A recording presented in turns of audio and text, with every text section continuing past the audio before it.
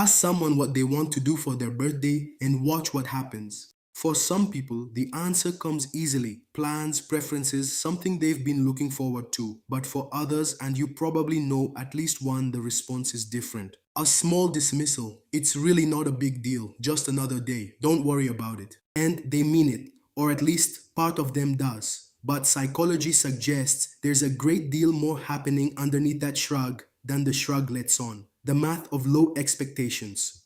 To understand this pattern, you have to understand what a birthday actually represents emotionally, not culturally, not logistically, but internally.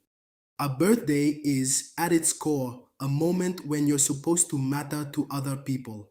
When the people in your life are expected to notice you, to reach out, to make some kind of gesture that says you're here and that means something to us. For most people, that expectation carries hope, and hope, by definition, carries risk.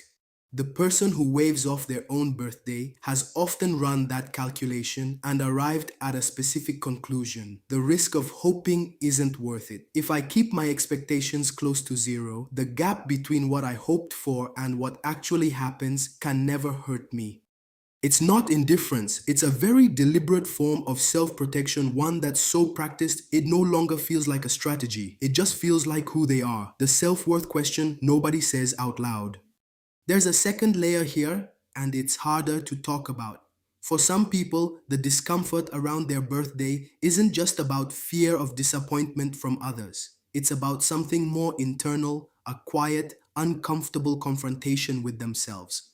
A birthday marks the passage of a year, and for someone who ties their sense of worth to what they've produced or achieved, that marker becomes an involuntary audit. Where am I? Where did I say I'd be? Did I earn this? When the answer feels insufficient, when the distance between expectation and reality feels too wide, the easiest response is to step back from the whole thing.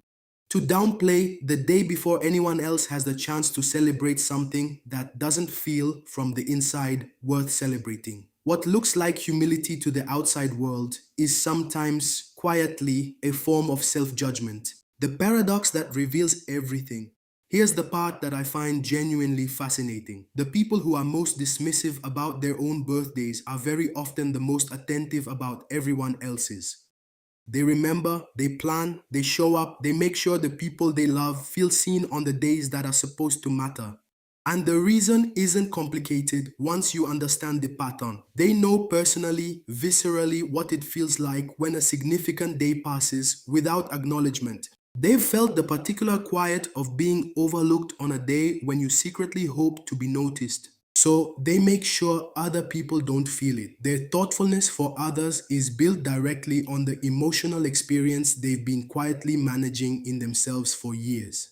What they're actually doing on the day. One more thing worth understanding. When someone says their birthday is just another day, that doesn't mean the day passes without any significance for them. It means the significance is private.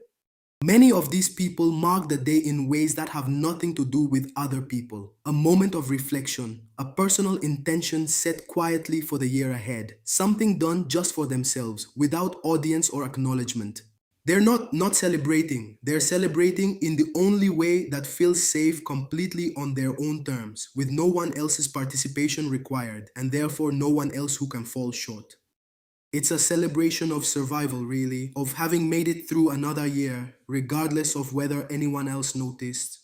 So the next time someone in your life brushes off their birthday, gives you the shrug, the "it's nothing, don't worry about it," consider what might actually be underneath it. Not indifference, not low self-esteem in the simple sense, but a person who has learned through experience that the safest way to get through a day that's supposed to be about you is to quietly decide it isn't.